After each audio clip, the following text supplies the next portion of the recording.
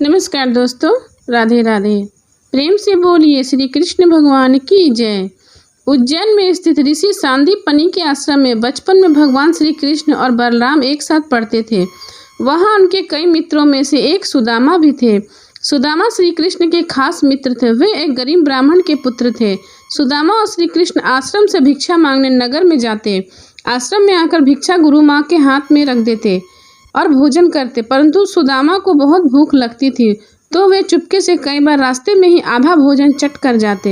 एक बार गुरु माँ ने सुदामा को चने देकर कहा कि इसमें से आधे चने श्री कृष्ण को भी दे और तुम दोनों जाकर जंगल में लकड़ी बीनकर लाओ। फिर दोनों जंगल में लकड़ी बीनने चले गए। वहाँ बारिश होने लगी और तभी दोनों एक शेर को देखकर वृक्ष पर चढ़ जाते हैं। ऊपर सुदामा और नीचे श्री कृष्ण। फिर सुदामा अपने पल्लू में चने निकालकर चने खाने लगते हैं। चने की आवाज़ सुनकर श्री कृष्ण कहते हैं, अरे ये कटकट की आवाज़ कैसी आ रही है? तुम कुछ खा रहे हो क्या? सुदामा कहता है, नहीं, ये तो सर्दी के मारे मेरे दांत कटकटा रहे हैं। यह सुनकर श्री कृष्ण कहते हैं, अच्छा, बहुत सर्दी लग रही है क्या? सुदामा कहता है, हाँ। यह सुनकर श्री कृष्ण कहते हैं कि मुझे भी सर्दी लग रही है। सुना है कि कुछ खाने से शरीर में गर्मी आ जाती है, तो लाओ वो चने जो गुरु माता ने हमें दिए थे, दोनों बांट कर खा लेते हैं। यह सुनकर सुदामा कहता है, चने कहाँ हैं? वो तो पेड़ पर चढ़ते समय मेरे पल्लू से नीचे गिर गए।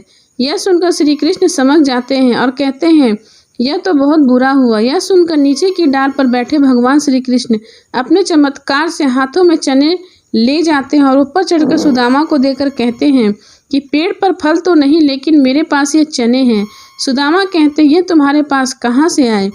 तब श्री कृष्ण कहते हैं, मुझे भूख कम लगती है ना। जब पिछली बार गुरु माता ने जो चने दिए थे वह अब तक मेरी अंटी में बंधे हुए हैं। ये लो, तुम जल्दी से खा लो।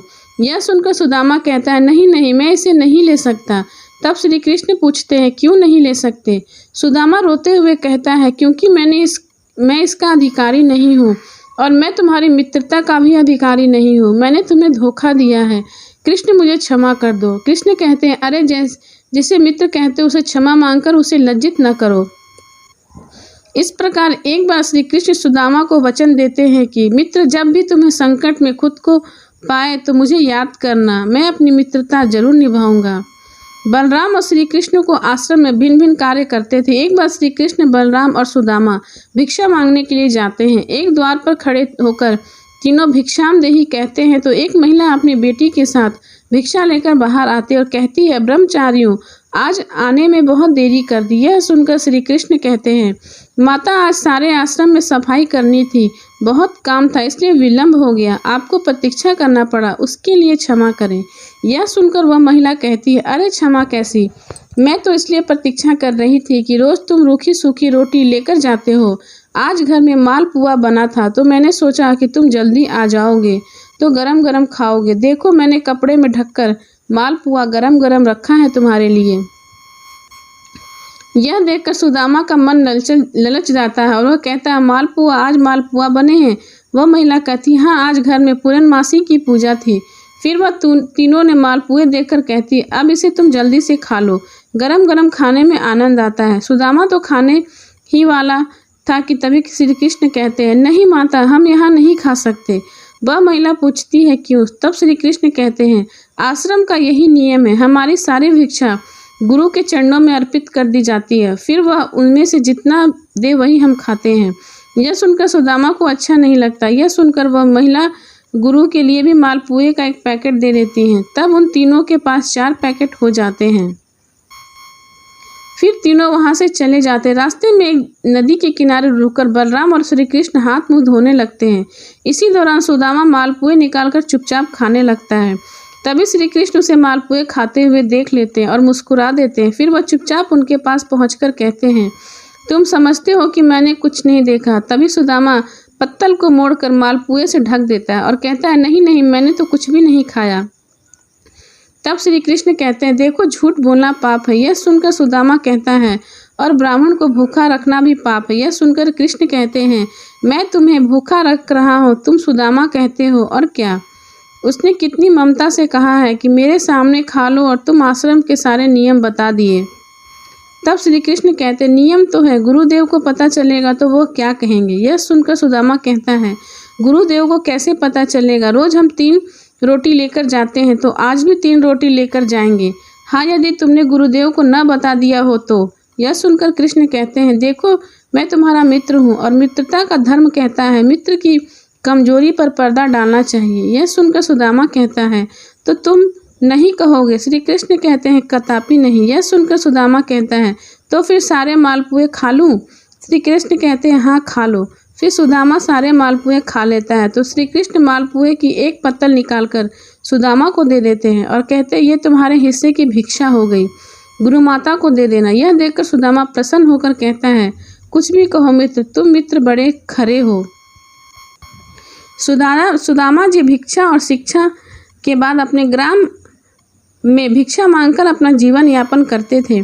सुदामा एक गरीब ब्राह्मण थे। विवाह के बाद अपनी पत्नी सुशीला और बच्चों को बताते रहते थे कि मेरे मित्र द्वारिका के राजा श्री कृष्ण हैं, जो बहुत ही उदार और परोपकारी। यह सुनकर एक दिन उनकी पत्नी ने डरते हुए उनसे कहा, यदि आपके मित्र साक्षात लक्ष्मीपति हैं और उदार हैं तो आप क्यों नहीं उनके पास जाते हैं? वे निश्चित ही आपको प्रचुर धन देंगे, जिससे हमारी कष्टमय गृहस्थी में थोड़ा सा सुख आ जाएगा।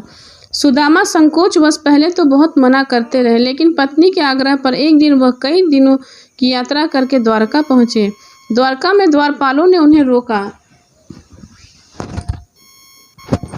एकमात्र फटे हुए वस्त्र को लपेट गरीब ब्राह्मण जानकर द्वारपाल ने उन्हें प्रणाम कर यहाँ आने का आशय पूछा। जब सुदामा ने द्वारपाल को बताया कि मैं श्री कृष्ण का मित्र हूँ, तो द्वारपाल को आश्चर्य हुआ। फिर भी उसने नियम अनुसार सुदामा जी को वहीं ठहरने को कहा और खुद महल में गया और श्री कृष्ण से कहा, हे प्रभु, फटे हाल दीन और दुर्बल ब्राह्मण आपसे मिलना चाहता है, जो आपको अपना मित्र बताकर अपना नाम सुदामा बता रहा है। द्वारपाल के मुख से सुदामा का नाम सुनकर प्रभु सुध बुध खोकर नंगे पैर ही द्वार की ओर दौड़ने लगे। उन्होंने सुदामा को देखते ही अपने हृदय से लगा लिया और प्रभु की आंखों से आंसू निकलने लगे। वे सुदामा को आदर पूर्वक अपने महल में ले गए। महल में ले जाकर उन्हें सुंदर से आसन पर बिठाया और रुक्मणी संग उनके पैर धोए। कहते हैं कि प्रभु को उनके चरण धोने से जल की आवश्यकता नहीं पड़ी। उनकी दीनता और दुर्बलता देखकर उनकी आंखों से आंसुओं की धारा बहने लगी।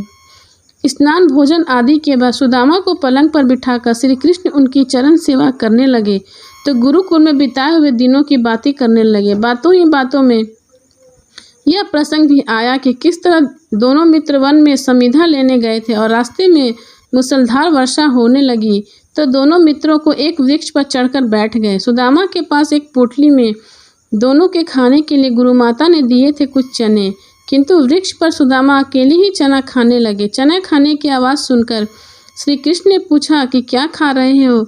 तो सुदामा ने यह सोचकर झूठ बोल दिया कि कुछ चने कृष्ण को भी देने पड़ेंगे। उन्होंने कहा, कुछ खा नहीं रहा हूँ, तो ठंड से मेरे दांत कड़कड़ा रहे हैं। इस प्रसंग के दौरान श्री कृष्ण ने पूछा, भाभी ने मेरे लिए कुछ तो भेजा होगा।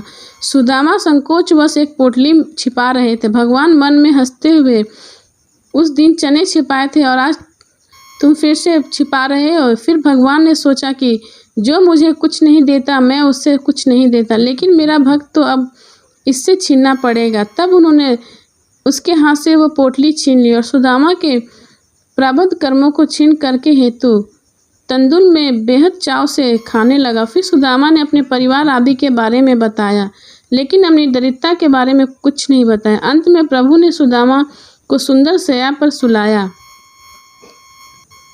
फिर दूसरे दिन भरपेट भोजन कराने के बाद सुदामा को विदाई दी, किंतु विदाई के दौरान उन्हें कुछ भी नहीं दिया।